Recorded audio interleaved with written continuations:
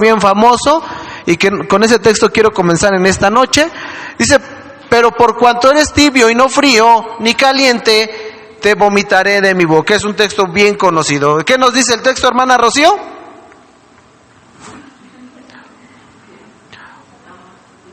Que estamos, dice, ok, estamos, no dice estoy, estamos, ya los incluyó ustedes, dice, a mí me vale gorro su opinión, yo, ustedes están.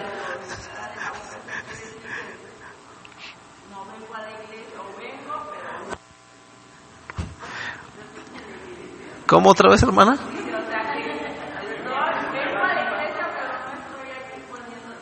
Que ven, la hermana está explicando y yo estoy en otras cosas. A ver, ya le entendí, ¿ok? ¿Qué dice? O sea que, ni dijeran vulgarmente por ahí, no estamos con un pie con Dios y otro pie con el diablo, ¿cierto o no? Es un dicho bien famoso entre los cristianos, ¿no? Es que a lo mejor nos ha tocado, nos los han dicho, ¿no? Es que estás con un pie con Dios y un pie con el diablo, o sea, decídete, ¿no? Mateo 24 nos dice que el amor de muchos, sí, y que esa maldad, ese enfriamiento del amor, esa escasez de amor haría que la maldad aumentara. Es algo que está pasando, son señales. No dice que es principio de dolores, no es el fin todavía, pero ya nos dan señales de lo que está pasando. Ahora, ¿será que esto no les pasaba a la iglesia primitiva, hermana Mari? Claro que les pasaba, ¿a poco no había? Vemos tibieza, vemos a unas, se me fue el nombre, Zafira y su esposo, Ananías y Zafira, ¿no? ¿Eran fríos o calientes? Estaban tibios, ¿qué pasó? Pelas, murieron ahí, ¿no? Quizá a lo mejor nosotros no lo hacemos físicamente, pero espiritualmente sí nos vamos muriendo. Realmente espiritualmente es una realidad como cristianos, hermano. Realmente debemos de cuidar esas partes y esa área de nuestra vida. Y es algo que no tomamos en cuenta, que a veces no le damos la importancia, porque de ahí dependen muchas cosas. El ministerio, nuestro apoyo en la iglesia, nuestro ministerio en la casa, con los hijos, o sea, implica muchas cosas. Cuando eso se va muriendo, nos vamos muriendo espiritualmente. ¿Cuántas veces ha pasado que llegas aquí y no puedes alabar? Puedes abrir tu boca, pero a veces no hay nada en el corazón, no sientes. Es una realidad, a todos nos ha pasado, ¿ok? Apocalipsis nos refleja un poquito esto, lo que puede llegar a pasar en nuestra vida cristiana si no tenemos cuidado. Tenemos que entender que no podemos estar con Dios o con el diablo. O estamos con Dios o con el diablo. No hay de otra. Aquí no hay medias tintas, o sea, o eres o no eres. Aquí no hay de que si quieres, si no quieres, ya tomaste este camino, bueno, pues ahora hay que pedirle fuerzas a Dios para que nos ayude a seguir y a mantenernos en este camino. ¿Por qué? Porque si nos empezamos a enfriar, a entibiar, va a llegar el momento en que nos vamos a apartar completamente de la iglesia. Y tú podrías decir, dicen los psicólogos, este tipo de pensamiento, el pensamiento mágico, a mí no me va a pasar. Lo aplicaban a las muchachas embarazadas. No, pues yo no voy a salir embarazada como aquella. ¿Y qué pasa? Que sí. El pensamiento mágico es ese: yo no me voy a enfriar, yo no soy tibio, yo sí voy a estar en el espíritu. ¿Y qué pasa? Ya al medio año pelas, ya fue. ¿Sí me entiende? ¿Por qué? Porque no nos mantenemos. Ahora, quiero que vayamos a Mateo capítulo 23. Y hoy quiero que veamos un reto que Dios pone a nuestras vidas, ¿ok? Mateo capítulo 23. Estaba viendo la semana una prédica de un pastor colombiano, si no me equivoco, es Chuck García. Es un pastor rockero, lo critican mucho porque tiene la melena larga, era metalero. Se convirtió a Cristo y fue pastor, pero de repente cuando predica pues se pone su guante así negro así, y pues es a veces muy criticado. Trata de no hacerlo, dice él en su testimonio, por amor a los hermanos. Y este hombre contaba la historia de que en cierta ocasión tuvo la oportunidad de ver cómo un satanista se convierte a Cristo. Y al platicar con él y darle consejería, le decía: oye, yo tengo una pregunta para ti. Yo quiero saber, porque no son personas que comúnmente se conviertan a Cristo. Dice: quiero saber cómo es que los satanistas atacan una iglesia. Y el satanista le decía, él contaba en su testimonio, decía, el satanista le contestaba, dice, pues no es como ustedes creen los cristianos, que les vamos a dejar una gallina descabezada allá fuera de la iglesia, o que le vamos a mandar una mujer ahí al pastor para que caiga, dice, o que vamos a encontrar grafitis ahí satánicos con símbolos satánicos. Dice, sí lo podemos llegar a hacer, le decía este satanista, ex satanista al pastor, y le dice, pero no es la manera que usualmente lo hacemos, dice. Lo que nosotros hacemos, dice, es infiltrarnos en los hogares, dice, a través de un espíritu. Y ese espíritu que se infiltra en los hogares es el espíritu de la religiosidad, como decía mi hermano Miguel. Y cuando ese espíritu entra en los hogares, en las casas de cada uno de nosotros, dice, entonces sí, ese mismo espíritu se infiltra en la iglesia y ese espíritu empieza a atraer espíritus de fornicación, de adulterio, de pecado, y la iglesia se empieza a contaminar, y por eso muchas veces las iglesias caen, porque empieza a haber tibieza dentro del pueblo de Dios. Y este pastor le decía, pero ¿cómo es posible que nosotros permitamos que esto suceda dentro de nuestros hogares? ¿Por qué no en la iglesia? Dice, porque estos espíritus, decía él, entran desde los hogares. Y nosotros somos los que traemos esos espíritus a las iglesias. Por eso hay mucha tibieza espiritual en las iglesias. Porque esto, ¿dónde se manifiesta? En nuestra casa. Ahí empieza. Una familia que no tiene devocionales se refleja en la familia. Una familia que no tiene vida espiritual se refleja en la iglesia. Así que le decía este satanista al pastor, así empezamos. La religiosidad es el primer espíritu que empieza a entrar en la casa de los hermanos, y de ahí se empiezan a infiltrar muchas cosas. Así que nuestro Señor Jesucristo nos da un reto a nosotros. Si algo nosotros como cristianos es algo con lo que debemos de luchar en nuestras vidas cristianas, es con la religiosidad de nuestras vidas. Ahora, la palabra religión no es mala en sí, y esa palabra se ha satanizado mucho quizá dentro del cristianismo. No es tan mala. El problema es que cuando la religión no tiene al Dios de la religión, ahí se vuelve un problema. Cuando la religión no tiene al Dios de la religión, ahí es cuando nos encontramos en un problema. Y en Mateo capítulo 23 vamos a encontrar 3 retos que el Señor Jesús va a presentar a nuestras vidas para que nosotros no caigamos en ese tipo de cosas, ¿ok? Mateo capítulo 23 versículo 1 dice, entonces habló Jesús a la gente y a sus discípulos diciendo, en la cátedra de Moisés se sientan los escribas y los fariseos. Así que todo lo que os digan que guardéis, guardadlo y hacedlo, mas no hagáis conforme a sus obras, porque dicen y no hacen. Porque atan cargas pesadas y difíciles de llevar y las ponen sobre los hombros de los hombres, y ellos ni con un dedo quieren moverlas. Ese es el primer reto. El primer reto que hoy nos presenta Cristo para no volvernos religiosos es esto: que haya convicción, coherencia entre lo que nosotros hablamos y lo que actuamos, lo que decimos y en la forma que nos comportamos.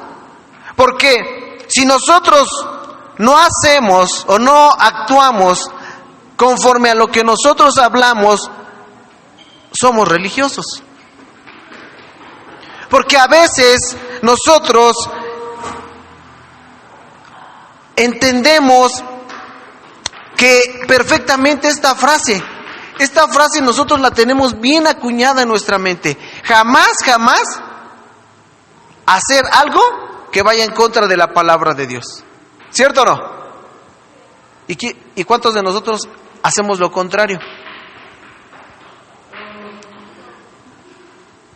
Todos absolutamente hacemos eso. Decimos una cosa, vamos y aconsejamos de ciertos temas bíblicos, ¿y qué pasa con nosotros? A la semana, al mes, caemos en eso. O quizá estamos pasando y cayendo en ese tipo de pecado, de ese tipo de cosas, estamos aconsejando a alguien más de esas cosas. Hay una contradicción bien grande en el pueblo de Dios. Ser religioso es Un reto el cual hoy Cristo nos llama para no caer en eso. Dejar de ser religiosos es tener coherencia entre lo que actuamos y lo que decimos. ¿Es fácil? Es complicadísimo eso, hermanos. Tener coherencia entre lo que tú dices y actuar de esa misma manera es complicado. Esto que hacían los fariseos es algo que nos sucede a nosotros. ¿Alguien desconoce aquí algo de la Biblia? ¿Alguien no ha leído ni siquiera un versículo? Yo creo que todos aquí hemos leído, aunque sea una parte de la Biblia. Los hombres a los cuales Jesús enfrenta son hombres que conocían la Biblia, que eran maestros, que entendían perfectamente la palabra de Dios. Sabemos nosotros que hay muchas reglas morales, espirituales que nosotros no debemos de romper, porque cuando nosotros lo hacemos nos volvemos religiosos. Estos hombres sabían la ley, pero le decían a los demás: ok, ustedes deben de hacer esto y esto, porque la ley, la Torá dice esto. Y muchas veces de nosotros venimos con la palabra de Dios y le decimos a alguien más que no lo haga, pero nosotros mismos caemos en ese error. Ese es algo que nosotros debemos de tomar como un reto y tratar de vivir una vida conforme a lo que nosotros estamos predicando.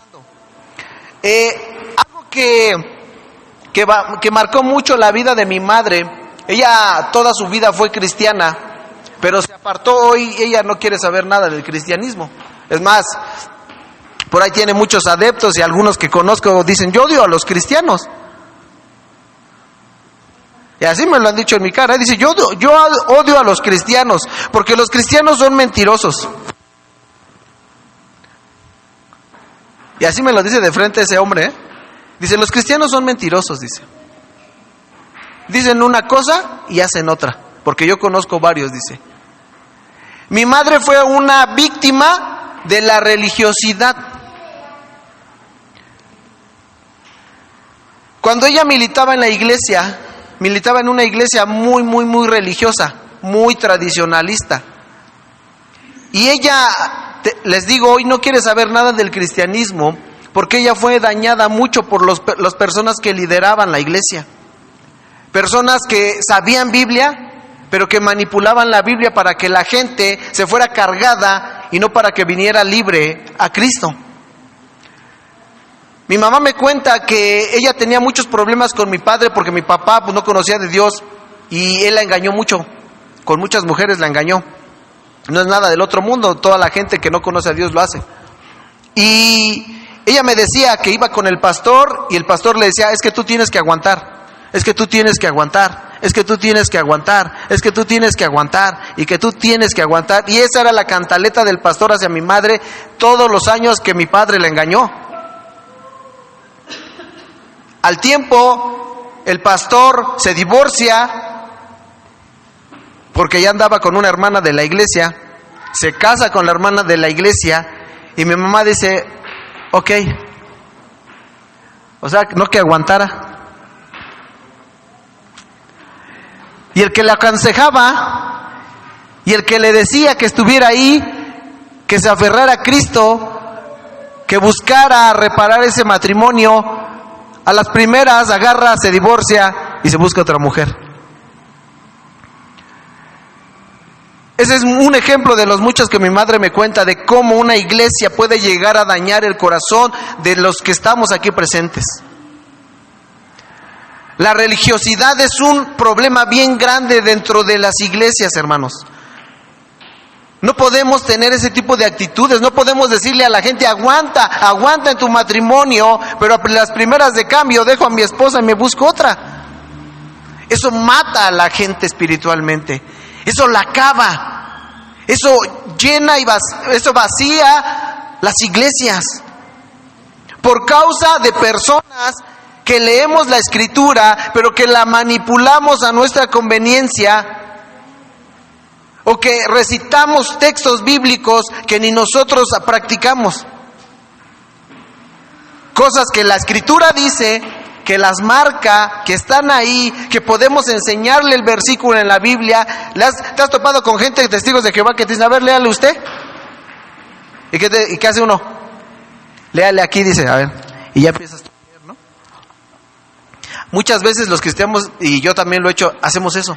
Vas a la casa de alguien y le enseñas un texto y le dices, hermano, léalo. Pero a veces eso no tiene coherencia con lo. Por eso muchos de nosotros en los matrimonios estamos destruidos. Por eso los hijos descarriados. Por eso la vida espiritual corrompida. ¿Por qué? Porque no estamos practicando lo que sabemos que está aquí. Y que si nos pidieran un texto referente a ese caso, se los podría. Pero no está viendo una coherencia entre lo que estamos hablando y diciendo. Así que el primer reto es tratar, hermano, trata. Busca, esfuérzate por tratar de que haya coherencia en tu vida. Cristo hoy nos llama a tener no dos mentes, no dos pensamientos, a tratar de ser de un solo pensamiento. Que si tú dices que Cristo es amor, manifestar el amor de Cristo. Que si tú crees que Dios es justo, manifestar la justicia también. Si crees que Dios es un Dios de respeto, tú ser respetuoso con las personas que te rodean. Pero no puedes decirle a la gente, ser respetuoso con los demás, cuando tú eres un irrespetuoso con los demás. No puedes decirle, tengo un Dios de amor, cuando tú no amas a los que te rodean. Y si nosotros no hacemos eso, somos religiosos. Así que el reto que hoy Cristo nos presenta es, no caigas en eso, hermano.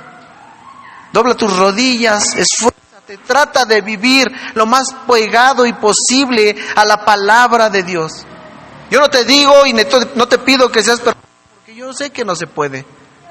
Llegará un momento cuando eso se podrá, pero tendremos que ser renovados completamente. Pero mientras estemos en esta tierra, busquemos no caer en ese tipo de religiosidad que es darles cargas a los demás que ni nosotros llevamos. Enseñarles a la demás gente un Dios de amor cuando nosotros no manifestamos amor en nuestros hogares con los que nos rodean.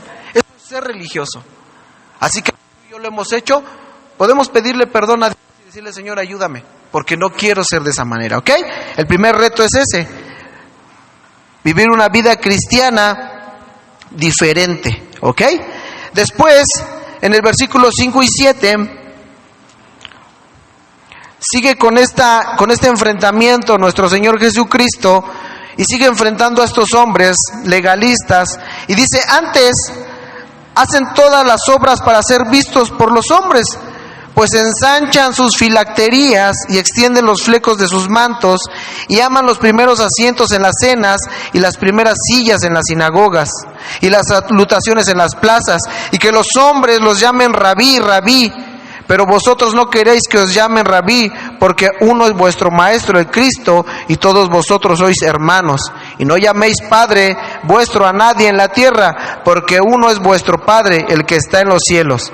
Ni seáis llamados maestros, porque uno es vuestro Maestro, el Cristo. Él, que es el mayor de vosotros, sea vuestro siervo, porque el que se enaltece será humillado, y el que se humilla será enaltecido. ¿Ok? El segundo reto es para los líderes. En este caso, si pudiéramos nombrar a alguien, sería a mí como copastor, sería a los pastores, sería a mi hermano Miguel, a mi hermana Mari, que también sirven, a mi hermano Javier, que no está, a los que servimos, sería un reto para nosotros. Pero también, hermano, no se te olvide que tú dentro de tu hogar eres también un líder. En tu casa tú también eres alguien que lleva a tu familia por el camino de Dios o por otro camino, ¿ok? Así que como líderes, estos líderes tienen una característica, llamar la atención. Un conflicto que yo tuve hace muchos años y que siempre rechazaba, ya que llevo algún tiempo predicando, de repente alguna gente como que se impacta. Piensa que es uno el que tiene cierta capacidad o es uno el que hace que Dios se manifieste de alguna manera. Primeramente, ese es un error, porque el que hace que tú puedas sentir algo en la palabra es Dios con su Santo Espíritu. Cuando Dios toca nuestros corazones a través de la palabra, es el Espíritu Santo obrando en nuestros corazones. Tenemos un corazón dispuesto a escuchar la palabra y a oír el mensaje de Dios. Pero no es la persona que está aquí. No es que tú tengas poder cuando te paras aquí. No es que tú tengas la elocuencia. No que tú seas muy sabio, muy entendido, muy estudiado. Eso no sucede porque somos hombres falibles. Somos hombres que nos equivocamos y que también vamos a caer en la religiosidad, cosas que a veces nosotros no practicamos. Pero mucha gente en estos años de predicar, había gente que se me acercaba y me decía, hermano, qué buena predicación, hermano, que Dios lo siga usando, que Dios... Y de repente te alzaban. De repente esas palabras como que te alzan un poco. Cuando yo empezaba, esas palabras me pegaban mucho a mí. Y yo optaba por hacerme a un lado. Y decía, no, de alguna manera yo lo rechazaba. Al tiempo entendí que cuando la gente ve eso, vemos que la gente tiende mucho a idolatrar a los que se paran aquí. Solamente aquellos que han alcanzado madurez espiritual saben que el que se para aquí es simplemente una herramienta de Dios, que al momento que Dios lo requiere la usa y es todo. Cuando cumplimos con esa función, nos damos por bien servidos y gracias a Dios. Pero no es más allá, porque nosotros no hay fuerza, no hay poder. ¿Cómo puedo cambiar la vida de alguno de ustedes? ¿Cómo puedo cambiarme a mí mismo? Eso lo hace Dios, eso lo hace el Espíritu del Señor. Pero cuando yo les digo, es que si tú sigues escuchando mis mensajes, vas a cambiar tu vida. Es una mentira. Si tú no estás dispuesto, si tú no llevas una vida espiritual en tu hogar, por supuesto que eso no va a suceder. Nunca vas a crecer, nunca vas a madurar, siempre vas a estar como un niño, nunca vas a poder entender la palabra de Dios. Pero hay mucha gente que se acerca a nosotros y piensa que es por nuestras obras o porque estamos más cerca de Dios. Eso es una mentira. Nosotros hacemos lo que Dios nos permite únicamente. Y es por su misericordia y por su gracia. Y que igual que lo puedo hacer yo hoy, el día de mañana lo puedes hacer tú. Pero quizá no es tu tiempo. Quizá no te has decidido. Quizá aún no has tomado la decisión correcta y no te has atrevido a hacerlo. Así que, hermanos, déjenme decirle que el reto que Dios nos presenta como líderes es algo que Dios les decía, algo que Cristo les decía y se enfrentaba, era que a ellos les gustaba que les dijeran rabí. Rabí en el arameo tiene dos significados, maestro y amor. ¿Qué significa? Que a los fariseos les gustaba que la gente les dijera, ah, qué bonito predicas, qué bonito desglosas la palabra. Yo tengo un hermano que es testigo, es de la luz del mundo. Siempre que platicamos de la palabra de Dios, él siempre me dice, es que a mí me gusta mucho cómo desglosas la palabra. Y le digo, hermano, pero es que eso es lo que dice la palabra, no soy yo, hermano. Dice, no, dices que hasta a mi esposa le gusta. Y de repente al ser humanos, hermano, eso como que a veces piensas tú erróneamente que eso sale de ti. O que tú tienes alguna manera de poder de transformar a la gente. Pero no, es la palabra de Dios que es la que impacta los corazones de la gente. Porque cuando se hace es lo que le digo a mi esposa y es lo que peleo mucho a veces con ella. Y le digo, cuando la palabra de Dios tiene dos partes. La parte donde tú cuando te paras aquí te preparas. Estudias, oras, te metes con Dios, que es como el 1%, y el 99% es el Santo Espíritu de Dios. Y nosotros podemos saber muchos temas, pero cuando el Espíritu de Dios no está, no hay nada, hermanos. Y es lo que le digo a mi esposa, le digo, cuando tú haces tu preparación y te metes con Dios, cuando tú haces un llamamiento al final de la predicación, los mismos hermanos se paran porque algo logró esa palabra en sus corazones. Pero ¿has notado que muchas veces se hace un llamamiento y los hermanos como si nada? ¿Por qué crees que es eso? Porque la palabra de Dios no hizo el efecto. Y aquí hay dos opciones: o falló Dios o fallaste tú. ¿Quién crees que haya sido? Pero a veces no venimos en el sentir. A veces cuando estamos ahí sentados venimos llenos de problemas, de conflictos, de situaciones. Estamos sentados ahí, pero estamos pensando en nuestras cosas. A veces venimos y ocupamos un lugar, pero no venimos dispuestos a escuchar el consejo de Dios. Estás ahí, pero no escuchas, no oyes, no hay nada que llame tu atención. Y la palabra de Dios, dice el apóstol Pablo, no me avergüenzo del evangelio, porque es ¿qué? Poder de Dios. No necesito gritar, no necesito salirme y entrar. Cuando la palabra de Dios mueve algo en nuestros corazones, en automático nosotros lo sentimos y respondemos a esa palabra.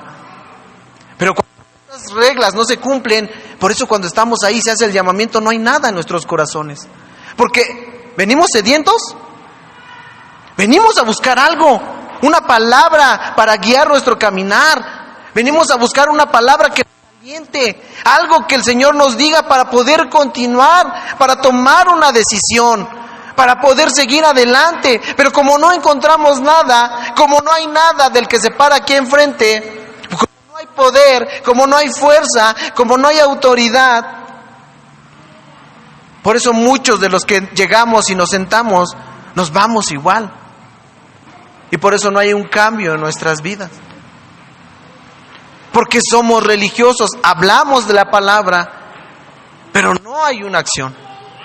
Nos gusta que nos aplaudan y que nos digan qué bonito predicas, cuánto sabes, hermano, pero realmente no ponemos en práctica eso. Así que el reto es, como líderes, hermano, en nuestros hogares, en la iglesia, no solamente participar en la obra, y tampoco que nos reconozcan, que no está mal.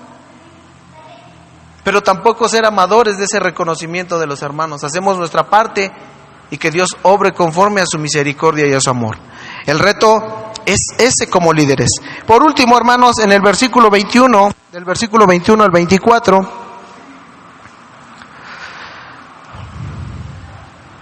desde el 19, vamos a leer desde el 19, hermanos. En nuestro Señor Jesucristo sigue en este enfrentamiento contra estas personas religiosas, que es un pasaje muy conocido. Y en el versículo 19, Cristo los sigue increpando, los sigue enfrentando, les quiere hacer ver sus errores. Y dice en el versículo 19, necios y ciegos. ¿Por qué? ¿Cuál es mayor, la ofrenda o el altar que santifica la ofrenda? Pues el que jura por el altar, jura por él y por todo lo que está sobre él. Y el que jura por el templo, jura por él y por el que lo habita. Y el que jura por el cielo, jura por el trono de Dios y por aquel que está sentado en él. Ay de vosotros, escribas y fariseos hipócritas, porque diezmáis la menta, el eneldo y el comino, y dejáis lo más importante de la ley, la justicia, la misericordia y la fe. Esto era necesario hacer sin dejar de hacer aquello, ¿ok? El religioso, de acuerdo al reto que nos presenta Jesús y en el cual no debemos de caer, es, ok, yo voy a ofrendar, yo ofrendo, tengo que cumplir, es algo que yo ya me he marcado en mi vida, tengo que cumplir y apartar de lo que Dios me bendice, yo aparto y lo deposito ahí. ¿Está mal diezmar? ¿Está mal ofrendar? ¿Qué está mal entonces?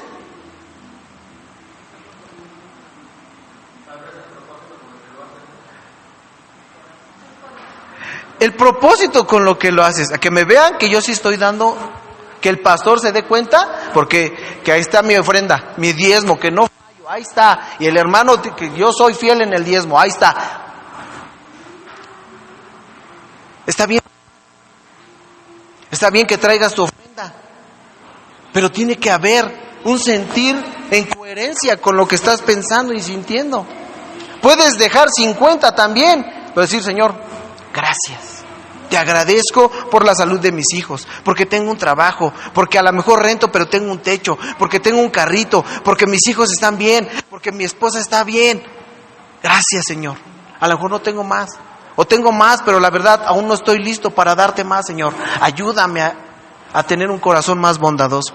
Pero ¿de qué nos sirve, de acuerdo a lo que dice Cristo, es venir, cumplir con nuestra ofrenda, con nuestro diezmo, pero que allá afuera no practiques 3 cosas que dice el Señor Jesucristo en el versículo 23.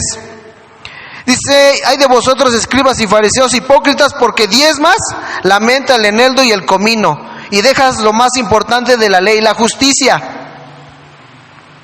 la misericordia y la fe. Tú vienes y diezmas.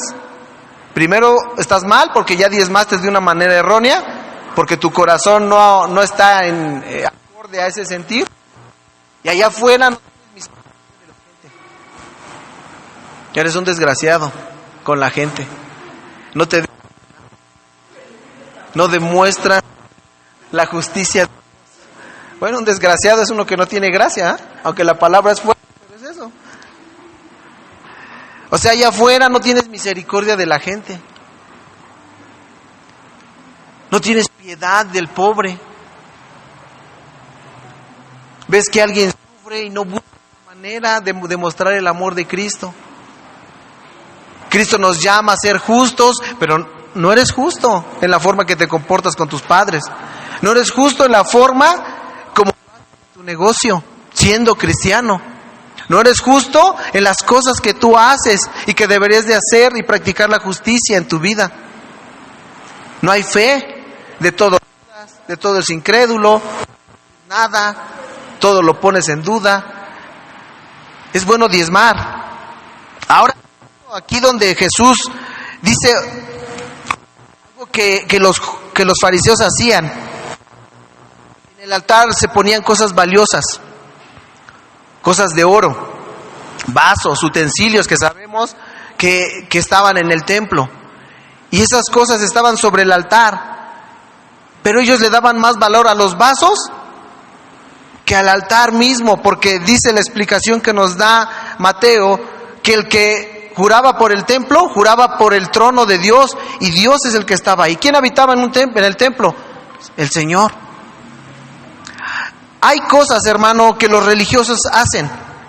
Este pastor, te digo, tiene muchos testimonios y hablaba también de cierto caso donde un predicador en Sudamérica empezó a ser usado por Dios fuertemente. Pero el ministerio de él se empezó a centrar en los metaleros, en los punqueros. Y esos hombres empezaron a llegar a Cristo y se empezaron a transformar, pero cuando llegaban a la iglesia, y las iglesias, se han ido a otras iglesias, hay bancas de madera. Y hay bancas de madera que a mí me tocó ese tipo de bancas, hasta colchonaditas, enfrente tienen para poner tu Biblia.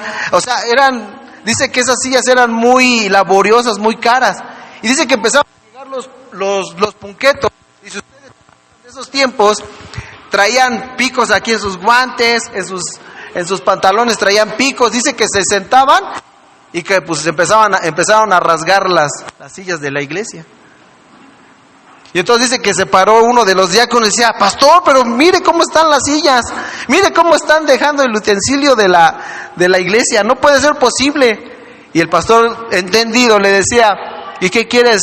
¿Que corramos a estos hombres? ¿Qué era más importante, hermana Mari?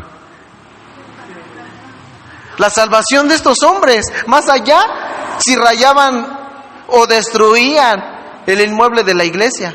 Habrá el religioso que diga: no, pero ¿cómo? O sea, ¿cómo van a maltratar las cosas de la iglesia? ¿Será que no se pueden comprar de nuevo? Dice la Escritura que por un solo pecador que se convierta, se arrepienta, ¿qué pasa, hermano? Hay fiesta en el cielo. ¿Qué nos dice eso, hermana Lulú?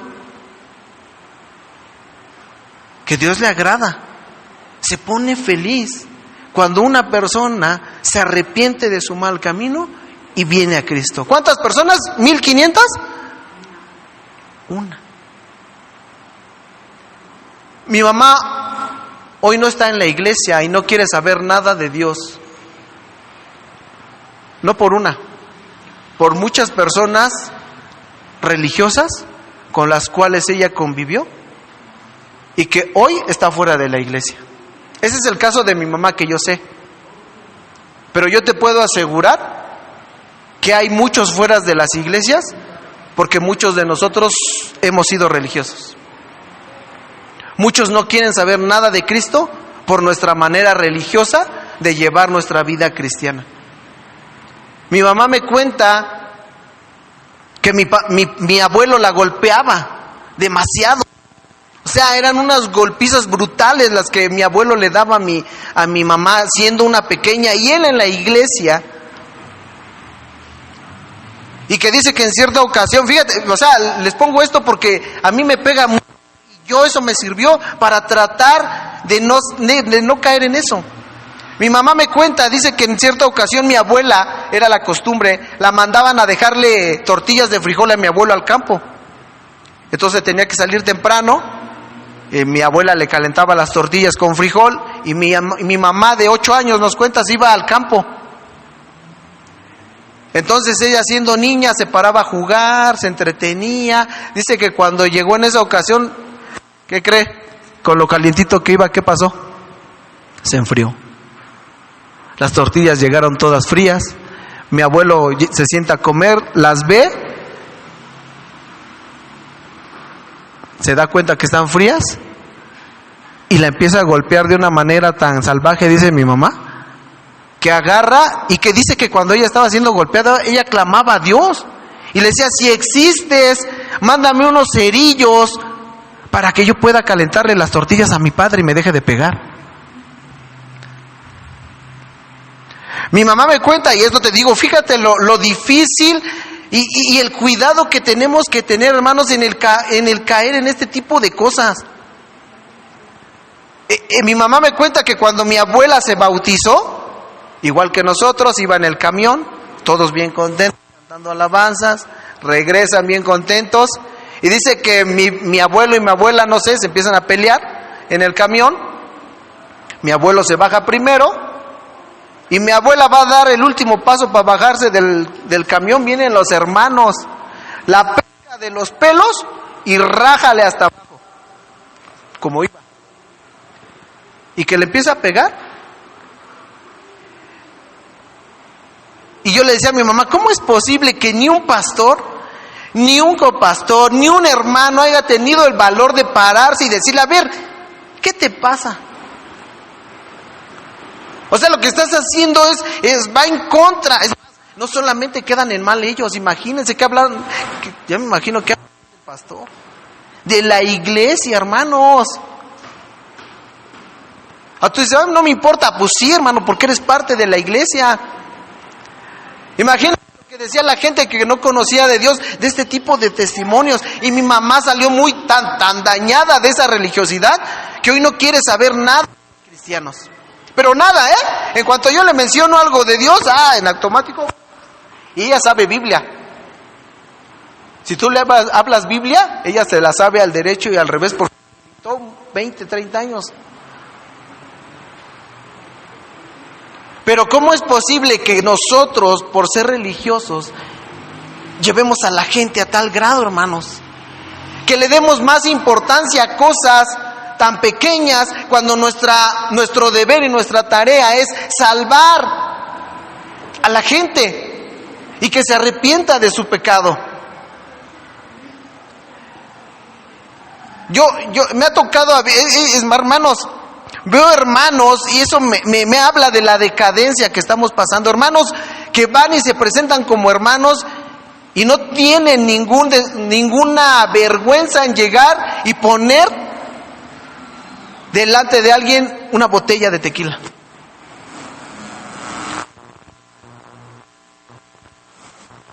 Que no les importa encontrar una hermana y me decía, no me dejo de nadie. Y conoce Biblia. Y habla Biblia. Y se defiende con la Biblia. pero sus vecinos no la quieren. Porque ella decía, es que el perro del vecino vino y atacó a mi perro. Le doy importancia a un animal, y no digo que no sea importante, es un ser vivo, pero no es más importante el testimonio a la vecina para que pueda ser salva de la ira que viene. Pero esta hermana me decía, a mí me vale, no me importa lo que la gente diga de mí, yo creo en Cristo. Entonces no puede ser posible. O sea, es donde está Cristo ahí. ¿Dónde está el amor de Cristo? ¿Dónde está el testimonio de Cristo? ¿Dónde está la justicia, la fe y el amor de Cristo? En la iglesia donde nosotros íbamos, mi hija Liliana le costaba mucho trabajo acercarse a Dios. A los jóvenes les cuesta mucho acercarse a Dios. Ustedes lo saben perfectamente. Y los que a mi hija Liliana, la más grande, en esa iglesia, ella le costaba mucho y estaba en una rebeldía bien grande y casi la llevábamos a fuerzas. Era una cosa bien difícil. Y yo no me di cuenta, pero mi esposa lo platica y es un hermano a la entrada, porque ahí no permitían usar nada de aretes ni nada, o sea, nada de joyas. Y dice, está bien, ¿no? Ok, va, está bien, esas son las reglas de la iglesia, así se ha manejado, bueno. Pero hay gente en el liderazgo que no tiene discernimiento. Mi hija entra con unos aretes y no la dejaron entrar hasta que se los quitó. Una niña, una joven que quiere acercarse a Dios, que quiere de alguna manera, y nosotros como padres, que se acerque a Dios con una actitud de un hermano así. Sí la dejaron entrar y le quitaron los aretes. Enfatizamos cosas tan pequeñas. Yo hubiera preferido que el pastor hubiera dicho, no, hija, pásale, que se salve tu alma y vamos a orar por ti, a que le quitara unos aretes que no tienen nada que ver. De por sí le costó mucho. Y con esas actitudes, en esa misma iglesia, nosotros, les cuento esto porque no estamos exentos, hermano. Tenemos que tener mucho cuidado. Me acuerdo que cuando se hacía el Pentecostés ahí, los que ministraban casi eran familia, no nadie más. Y pusieron a uno de los nietos del pastor a poner orden. Y cuando él sí exigía que se pusiera orden. Bueno, al otro año pusieron a otro hermano nuevo que quiso participar. Y se dirige contra este hermano y le dice, hermano, no sea malo, pásese para acá porque mire, vamos a acomodar. No, dice que a mí no me está diciendo nada, dice, pero gritando, hermanos, Yo tenía como un año de convertido y me acuerdo perfectamente porque había un corredor así, yo estaba recargado en una columna y lo veo de ahí gritando, ¿tú qué autoridad tienes? Yo aquí soy nieto del pastor y aquí tú no me vas a decir lo que yo tengo que hacer y no me muevo. ¿Y vas a creer que se movió, hermano? No se movió el desgraciado. Imagínate, fíjense, hermanos, yo tenía un año de convertido. ¿Cómo está de convertido uno, hermana Mari? Está uno bien firme, ¿no? No, apenas uno va entendiendo ciertas cosas. Y dije, charro, si ese es el líder, no le hagas. Fíjense, hermanos, ¿perdón? ¿Dónde me ando metiendo? Pero fíjense, a veces Dios nos permite ver todas esas cosas, hermanos, para que nosotros no hagamos ese tipo de cosas. Yo digo, ¿cómo él, siendo líder, la actitud de él tuvo que haber sido, sí, hermano, no se preocupe, ¿qué le puedo ayudar? ¿Qué le puedo facilitar? ¿Cómo le hago para...? No, yo no me... Y no se movió, hermanos, se los juro que no se movió, es más que no sigue ahí.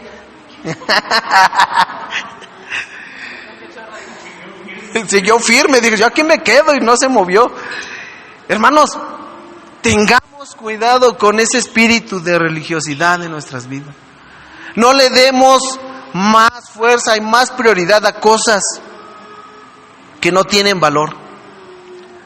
Hemos sido llamados a vivir una vida en santidad y a tratar en lo posible de que aquellos que tengan sed y hambre de Dios, poder sustentar eso.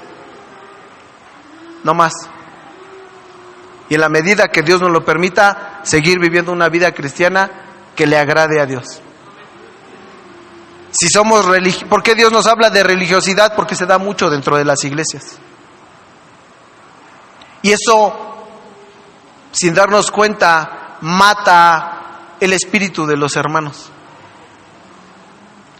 Va matando a la gente que viene a una iglesia buscando ese salvavidas para su vida,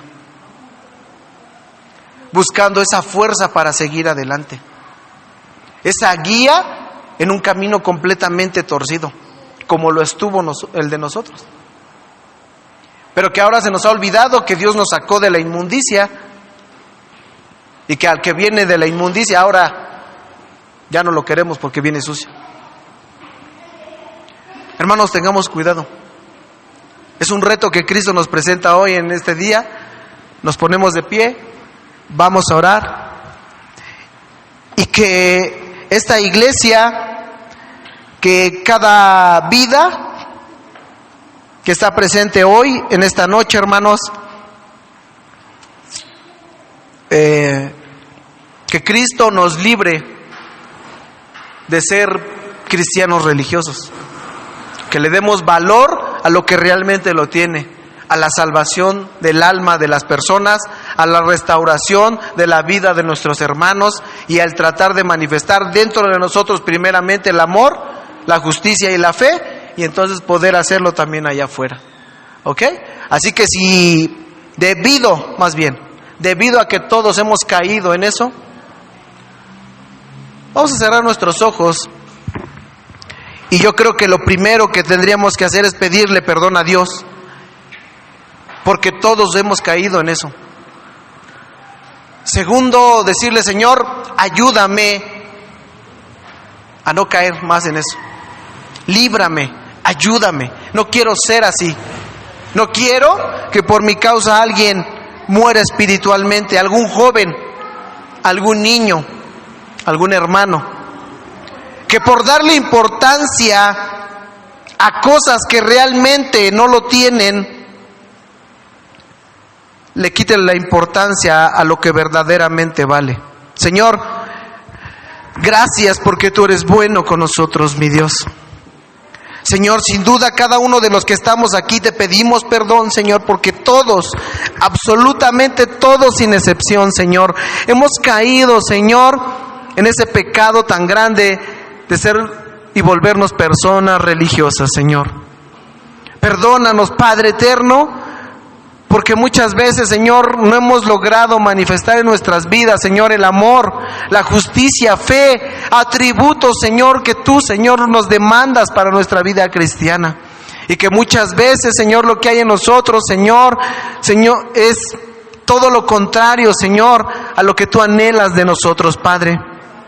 Perdona, Señor, a cada uno de nosotros, de los que estamos aquí, Señor, porque hemos caído, Señor, en ese pecado tan grande que mata a las iglesias, que mata a nuestros hermanos, y por supuesto llega un momento en que nos acaba derribando a nosotros, Señor. Libra a tu iglesia, Mahanaim, Señor, de ese espíritu de religiosidad, y todo espíritu de religiosidad, Señor, se ha echado fuera en el nombre de nuestro Señor Jesucristo, de cada hogar, de cada mente, de cada corazón, de cada joven, de cada niño, Señor.